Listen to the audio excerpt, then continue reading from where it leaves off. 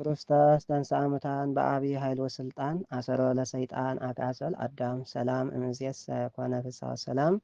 ሰላም ናይ ክብርቲ ሓፍትና ዘማሪት ልዋም ዩቱብ ተኸታተልቲ ከመይ ቀኒኹም ድሕና ዲኹም? ኣነ ሰላም እግዚአብሔር ኣምላክ ይመስገን። ሰላም ታብዘ ዘለኹሞ ብዙሕ ትርፊ ይበለልኩም ንኩላትና ይበለልና። ቤተሰብ ዝኾንኩም ሸር ላይክ እናገርኩም ኣታብዕዋ ዘይኮንኩም ከዓ ሳብስክራይብ ግበሩ ለኣኹና ሓፍትና ነባራት ዓያ ማለት እዩ። ኣነ ላ ሓፃር መዝሙር ንበረከቱ ክዘምር እየ። ኣብቲ ጽላለትኪ ኣብቲ ጽላለትኪ ኣብቲ ጽላለትኪ ኣብቲ ጽላለትኪ ኣብቲ ጽላለትኪ ዘጽለለ ኣይርእን ኮነኒ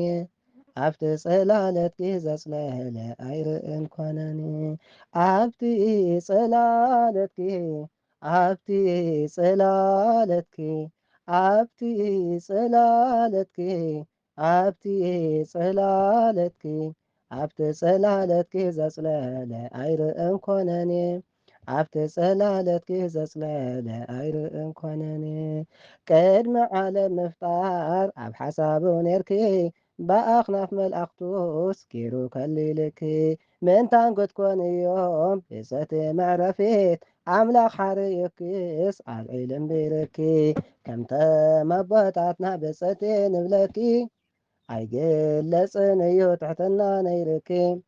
ኣየቋርፅን እዩ መዝሙርና ንስምኪ ኣብቲ ጽላለትኪ ኣብቲ ጽላለትኪ ኣብቲ ጽላለትኪ ኣብቲ ጽላለትኪ ኣብቲ ጽላለትኪ ዘጽለለ ኣይርእን ኮነኒ ኣብቲ ጽላለትኪ ዘጽለለ ኣይርእን ኮነኒ ምኽንያት ድሕነትናኺ መራሒት ናይ ጽድቂ ቆጥቋጥ ደብረ ሲና መለኮት ዝጸርኪ ዳዊት ተደሲቱ ዘሚሩ ንስምኪ ኣብ የማን ትቐውም ንግስቲ ኢልኪ ነዚና ነኣምን ኣብዚና ንውከል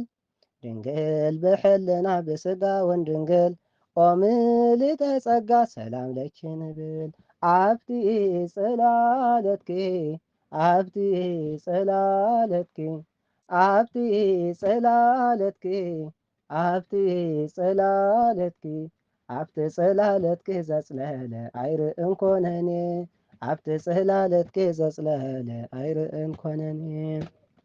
ኣኽሊል ትምክሕትና ጀማሪት እምነትና ድንግል መሳገሪት ማዕዶት ናይ ህይወትና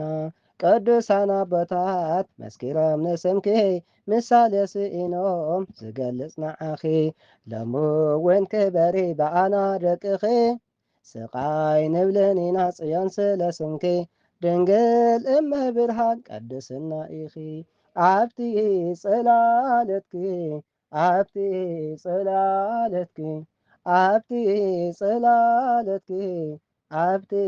ጽላለትኪ ኣብቲ ጽላለትኪ ዘጽለለ ኣይርእን ኮነኒ ኣብቲ ጽላለትኪ ዘጽለለ ኣይርእን ኮነኒ ሓፍቲ መላእኽቲ ትንቢቶም ንነቢያት ሞገሶም ይኸውን ንጻድቃን ሃዋርያት ኣደ ናይ ቅዱሳን ኣደ ናይ ሰማዕታት መቆምያ ቅዱሳን ደጋፊት ድኹማት ምርኩስ ተስፋ ሓጢያን ብሉይ ሓድሽ ኪዳን ጠቒሱ ንስምኪ መልእልተ ፍጡራን መትሕተ ፈጣሪ ኪዳን ክዘክሪ ድንግል ኣደ ፍቕሪ ኣብቲ ጽላለትኪ ኣብቲ ጽላለትኪ ኣብቲ ጽላለትኪ ኣብቲ ጽላለትኪ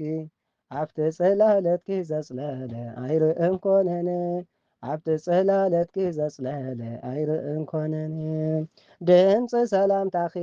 ፍስሓ ናይ ልበይ ጭንቀተይ ተርሕቂ መላሲት ሰላመይ እቲ ናይ ሞት መልኣኽ ድሕሪት ክምለስ ጸሎትኪ ነይሩ